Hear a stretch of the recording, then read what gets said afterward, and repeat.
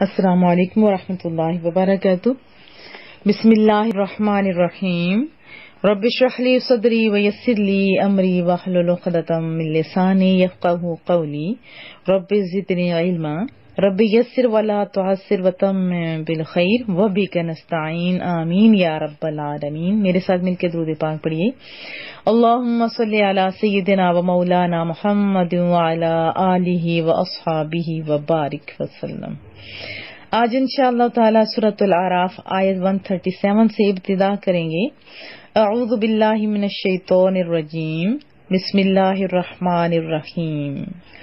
وَأَوْرَثْنَا، اور ہم نے وارث بنا دیا، مالک بنا دیا، قوم، ان لوگوں کو، اس قوم کو، الذین، جو کانوا تھے، یستضعفون، جو کمزور سمجھے جاتے تھے۔ فرعونیوں نے تو پورا زور لگایا تھا نا کمزور کرنے کا، مردوں کو قتل کر دیا جاتا، عورتوں کو غلام بنا دیا جاتا تھا۔ وہ جو کمزور بنائے جا رہے تھے انہی کو اللہ کریم نے وارث بنا دیا۔ وَأَوْرَثْنَا الْقَوْمَ الَّذِينَ كَانُوا يُسْتَضْعَفُونَ۔ اللہ کیا فرما رہے ہیں؟ ہم نے اس قوم کو جسے ذلیل اور حقیر سمجھا جاتا تھا، ذلیل و خوار سمجھا جاتا تھا، کمزور سمجھا جاتا تھا، انہیں وارث بنایا۔ کس کا؟ مشارق، مشرق کی جمع مشارق، مشرقوں کا، و مغاربہ، یہ دیکھیں مشارق اور مغارب، ٹھیک ہے، مشارق الارض یعنی زمین کے شرق کا، و مغاربہا، اور زمین کے غرب کا، مشارق یعنی مغارب، دونوں مشارق اور مغارب کا۔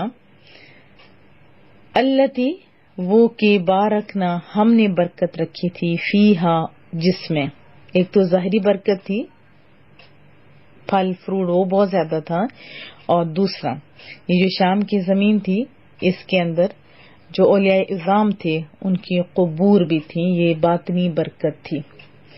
فیہا، جس میں، تو کیا فرمایا جا رہا ہے کہ ہم نے اس قوم کو جو ذلیل اور حقیر جسے سمجھا جاتا تھا انہیں وارث بنایا اس زمین کے شرق اور غرب کا، شرق اور غرب کا، جس میں ہم نے برکت دی تھی۔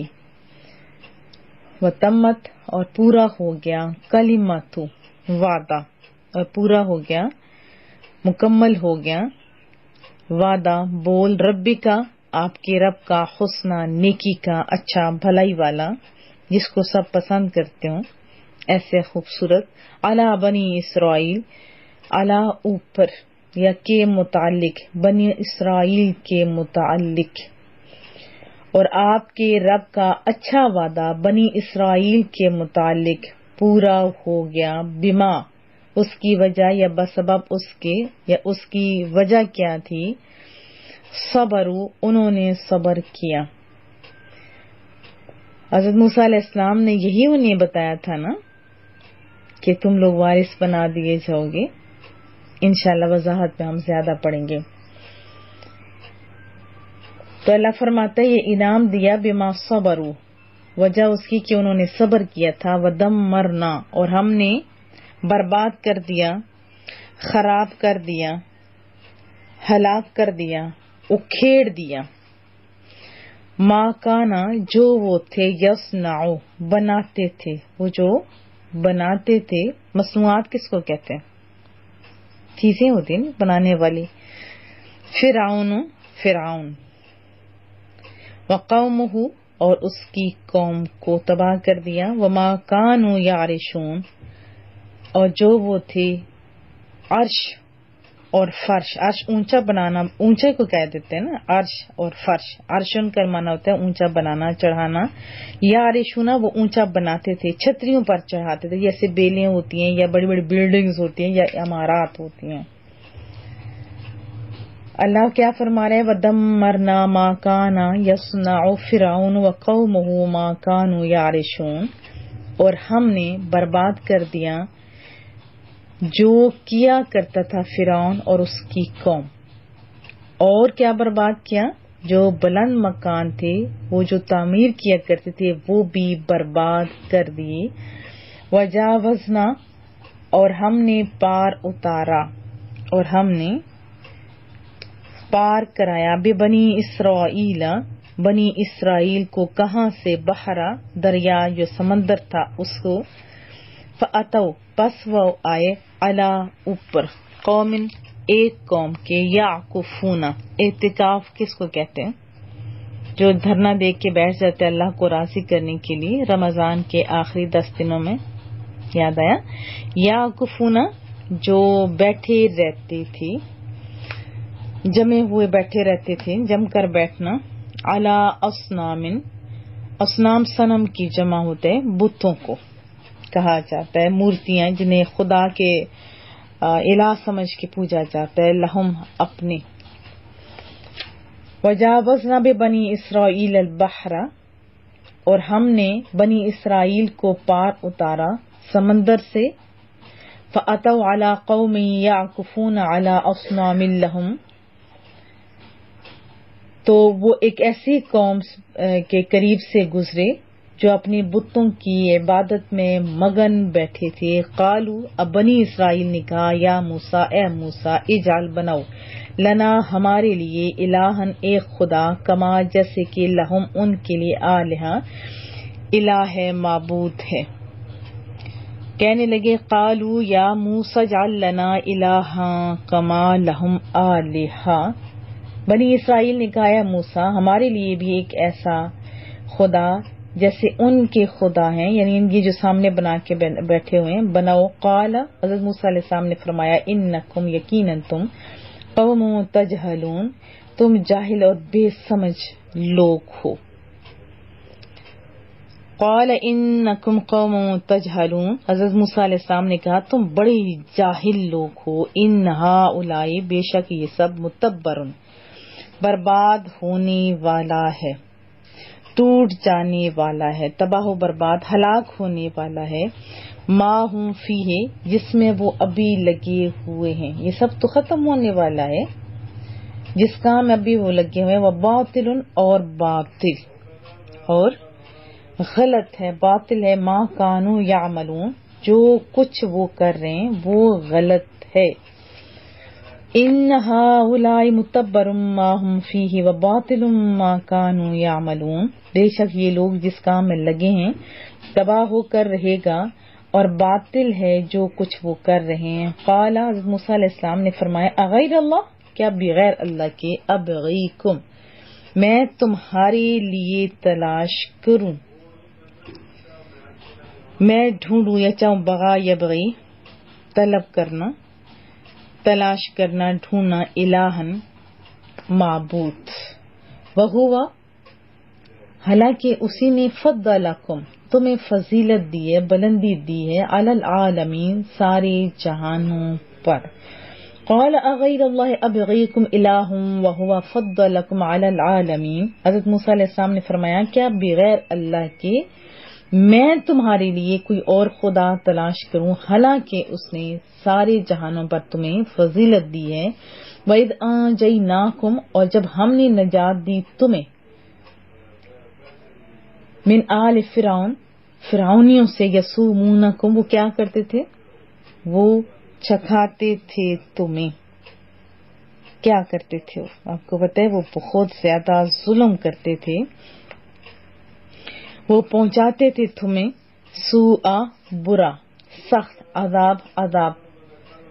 وَإِذْ أَنْجَيْنَاكُمْ مِنْ آلِ فِرْعَوْنَ يَسُومُونَكُمْ سُوءَ الْعَذَابِ اور وہ وقت یاد کرو جب ہم نے تمہیں فرعونیوں سے نجات دی جو تمہیں سخت عذاب چکھاتے تھے عذاب دیتے تھے. یقتلون مار ڈالتے تھے قتل کر دیتے تھے ابناءکم تمہارے بیٹوں کو وَيَسْتَحْيُونَ اور زندہ چھوڑتے تھے نساءکم تمہاری عورتوں کو غلام بنانے کے لیے.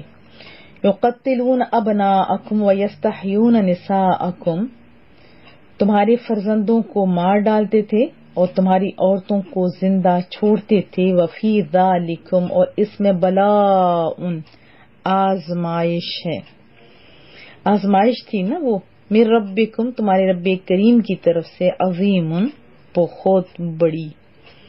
وفی ذالکم بلاء من ربکم عظیم، اور اس میں تمہارے رب کی طرف سے سخت آزمائش تھی، بڑی آزمائش تھی۔ پچھلی آیات میں ہم نے پڑھا تھا کہ بار بار عذابات کو دور کرنے کے باوجود یہ لوگ عہد پر قائم نہ رہے، آخر میں انہیں سمندر میں غرق کر دیا گیا۔ اور یہ بھی ہم نے پڑھا تھا حضرت موسیٰ علیہ السلام نے جو بنی اسرائیل کو غیبی خبر دی تھی کہ ان قریب تمہارا رب تمہارے دشمنوں کو ہلاک کر دے گا اور تمہیں زمین میں جانشین بنا دے گا، یاد ہے نا؟ آپ نے جیسا فرمایا تھا ویسے ہی ہوا، اللہ نے فرعونیوں کو غرق کر کے ہلاک کر دیا اور بنی اسرائیل کو پورے مصر اور شام کا مالک بنا دیا گیا۔ اب فرعونیوں کے غرق ہو جانے کے بعد رب کریم نے فرعون کے مظالم کا جو شکار تھے بنی اسرائیل کو سرزمین کے مشارق اور مغارب یعنی مصر اور شام کا مالک بنا دیا۔ یہ بہت بڑی بات تھی، اس میں نہریں تھیں، درخت، پھل، کھیتیاں، پیداوار کی کثرت تھی۔ اسی طرح بنی اسرائیل پر اللہ فرما رہے ان کے صبر کی وجہ سے رب کریم نے یہ وعدہ پورا کیا۔ ذرا آپ بھی سوچئے کیا آپ میں صبر ہے؟ اگر ہے تو آپ بھی ان اللہ مع صابرین، اللہ صابرین کے ساتھ ہے، یہ ذہن میں پختہ کر دیجئے۔ پھر جو رب نے وعدہ کیا رب نے تو پورا کیا، اور اللہ نے ان تمام عمارتوں جو ایوانوں اور باغوں کو تباہ کر دیا تھا جو فرعون ان کے قوم نے بنائے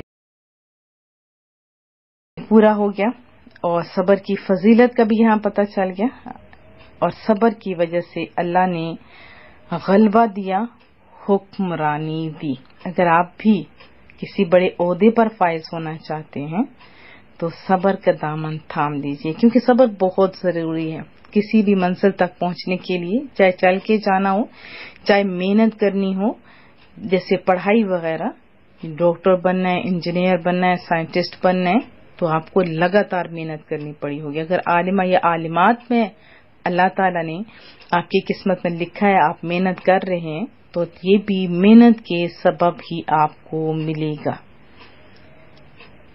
پھر آیت 138 اور 39 میں اللہ نے بنی اسرائیل سے نعمت کی جو ناشکریاں ہوئیں اور جن برے افعال میں وہ مبتلا ہوئے ان کا بھی تذکرہ کیا۔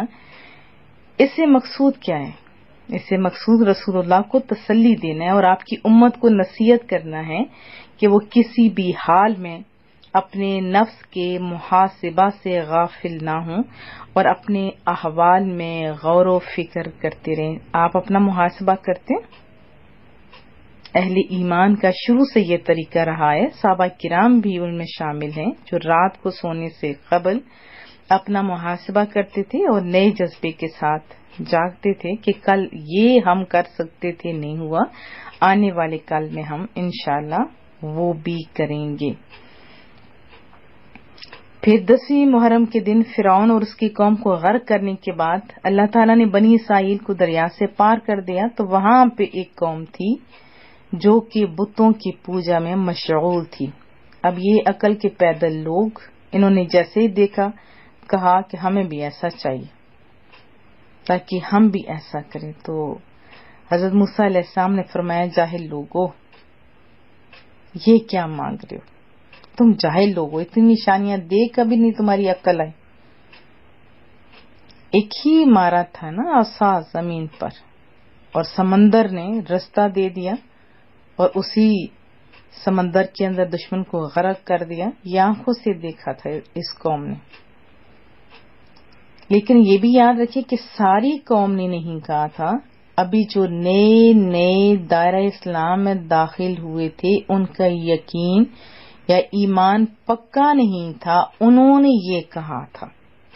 پکی ایمان والے یہ جلی حرکت یا جلی بات کر سکتے ہیں؟ نہیں، اس میں حضرت ہارون بھی تھے، پھر بڑے بڑے اولیاء اعظام بھی تھے۔ بات سمجھ آ رہی ہے؟ جو نئے ابھی دین میں داخل ہوئے تھے ان کا ایمان راسخ نہیں تھا، یہ حرکت ان سے سرزد ہوئی تھی۔